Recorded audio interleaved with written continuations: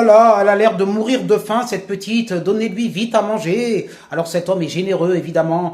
Comme on la voit, je veux dire, honnêtement, voilà, j'ai beaucoup de mal avec ce genre de mendicité. Une enfant, bon, quel âge elle doit avoir, 14, à peu près 14 ans, je ne sais pas, qui a appris à mendier dans le berceau avec ses parents.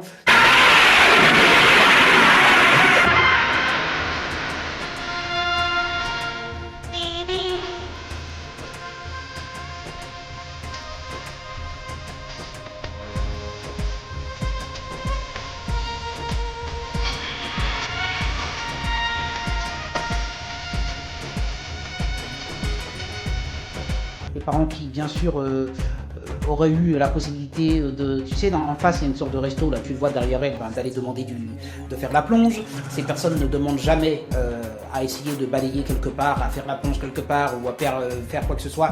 En fait, c'est un métier, hein, la mendicité. J'ai beaucoup de mal parce que, bon, bah, vous allez me dire, je ne suis pas généreux et compagnie, mais je suis persuadé que cette fille est en bonne santé, qu'elle a tout à fait la capacité, alors vous allez me dire qu'elle est trop jeune pour travailler, mais en tout cas que ses parents, elle peut aider pour pouvoir mériter son argent. Et là où j'allais en venir, c'est que ces personnes ne cherchent absolument pas à mériter. Et quand tu vois, il lui offre carrément le plat, parce que monsieur, peut-être, par rapport à son religion, par rapport à ses valeurs, se dit qu'il fait une bonne action et qu'il sera bien vu là-haut et compagnie.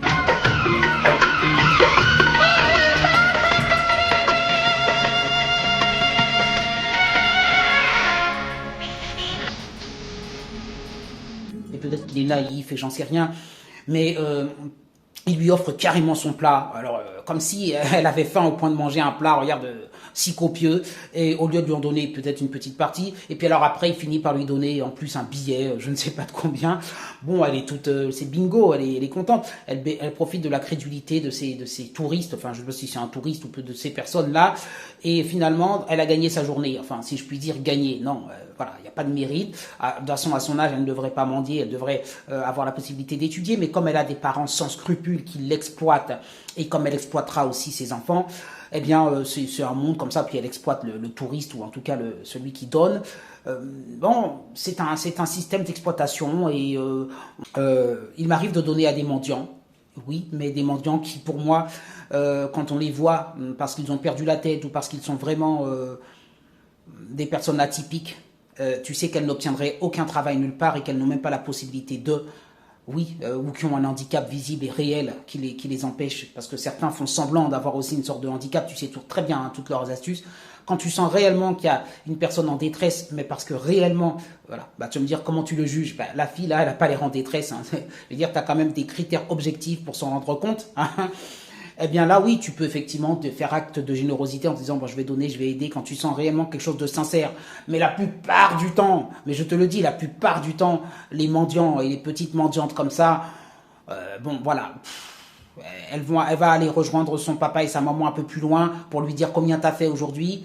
Voilà, et puis c'est une sorte de trafic, on envoie les enfants travailler, et puis bon, ces parents-là, mais sont tellement indignes, si je puis te dire, tellement indignes, parce que tu sais, l'éducation, je le répète, c'est un conditionnement. Si tu enseignes des valeurs à l'enfant, ben l'enfant, il est travailleur et il mérite, si tu lui enseignes que l'argent se gagne en faisant un effort, en faisant un travail, en rendant un service, parce que là, elle fait quand même un effort, hein. Mendier, ça demande des efforts, hein.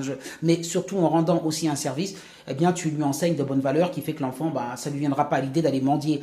Mais à partir du moment où dans le berceau, tu mendies avec lui, eh bien, et où tu lui fais comprendre que l'argent, ça se trouve, je sais pas, dans les fleurs, dans les par terre, ça se trouve dans la poche des touristes, et que ça se... Voilà. À partir du moment où tu lui fais comprendre que l'argent, il faut le trouver et non pas le gagner, eh bien, l'enfant, il grandit comme ça. Et j'ai dit, cette fille, bah, elle est foutue, quoi. Elle sortira pas de ce cercle de mendicité, alors qu'évidemment, elle a largement la capacité de travailler.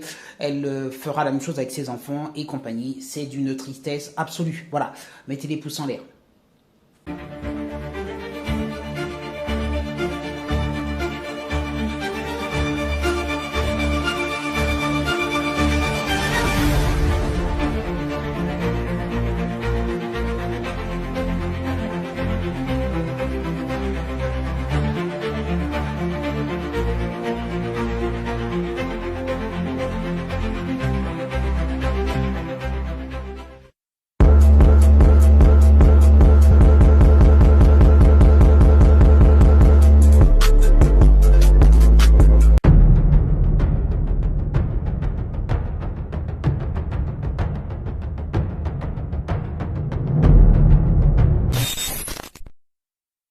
Oui, petit bonus, je me suis rappelé d'un cas où quand je prenais le métro pour faire toujours le même trajet, j'avais une femme qui mendiait par terre. Alors c'était en tout cas, elle avait l'allure d'être une Roumaine ou quelque chose comme ça, ou quelqu'un de l'Est, enfin.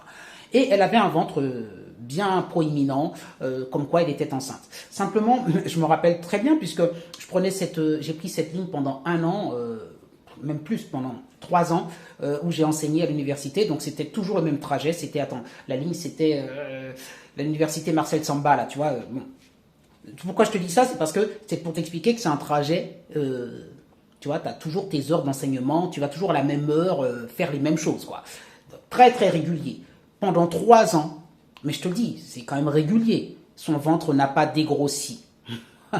Quand même, je connaissais les grossesses qui duraient 9 mois, mais celles qui durent 3 fois, voilà, enfin, 3 ans, 3 fois 12 mois, il y a juste eu les vacances, mais elle n'avait pas eu le temps d'accoucher. Voilà. Et elle est là. Et tu vois, moi, ce genre de mendicité qui veut duper les personnes, ça me met dans une colère. Je déteste cette supercherie. Et pareil, ceux qui marchent en boitant dans tous les sens, là, avec une forme d'exagération, comme ça, comme si, genre, j'ai un énorme handicap, j'ai les jambes déformées. Bon, tu sens à des kilomètres que c'est complètement fake. Hein. Eh bien, les personnes qui passaient sur cette ligne avec moi, là où j'étais mais sidéré, pourquoi je vous ai expliqué par rapport à l'université? Parce que on sortait tous pour aller voilà, dans l'université. Il y a beaucoup de gens qui prenaient cette station, donc je les voyais, je les ai vus les mêmes pendant 3 ans. Pendant 3 ans, il y a des personnes qui donnaient à cette femme. T'as pas compris que son ventre était fake? Moi, je veux bien, hein. Enfin, je voyais des personnes, je peux pas, moi, donner à quelqu'un qui me ment, en fait, qui vient et qui veut prétendre, oui, c'est pour le bébé. Tu exploites, enfin, une pseudo, c'est-à-dire que tu inventes un truc.